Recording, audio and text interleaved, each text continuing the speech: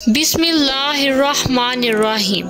अस्सलामुअलैकुम वरहमतुल्लाहि वबरकातुहू। हज़रत अनस रज़ी अल्लाह तआला अन्हु से रिवायत है कि एक आदमी ने अर्ज़ किया कि ए अल्लाह के रसूल सल्लल्लाहु अलैहि वसल्लम, क़यामत कब आएगी?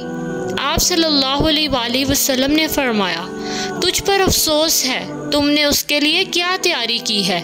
उसने अर्ज़ किया कि मेरी तैयारी सिर्फ यही है कि मैं अल्लाह और उसके रसूल सल्लल्लाहु अलैहि वसल्लम से मोहब्बत करता हूँ। आप सल्लल्लाहु अलैहि वसल्लम ने फरमाया, तो उसके साथ होगा जिससे तू मोहब्बत रखता है। हज़रत अनस रज़ी अल्लाह तआला अन्हु बयान करते हैं कि मैंने मुसलमानों को इस्लाम कबूल करने के बाद इस बात से ज़्यादा किसी और चीज़ से खुश होते हुए नहीं देखा।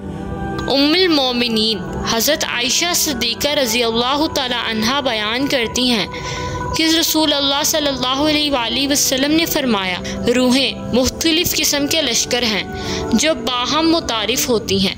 वो दुनिया में बाहम मोहब्बत से रहती हैं और जिनमें अजनबियत थी उनमें इख्तिलाफ़ रहता है। हज़रत अस्मा बिन्ते यज़ीद रज़ी अल्लाह तआला अन्हा बयान करती हैं कि रसूल अल्लाह सल्लल्लाहु अलैहि वसल्लम ने फरमाया, जिसने अपने मुसलमान भाई की गैर मौजूदगी में उसकी ग़ीबत ना होने दी, तो अल्लाह पर हक है कि उसे जहन्नुम की आग से आज़ाद कर दे।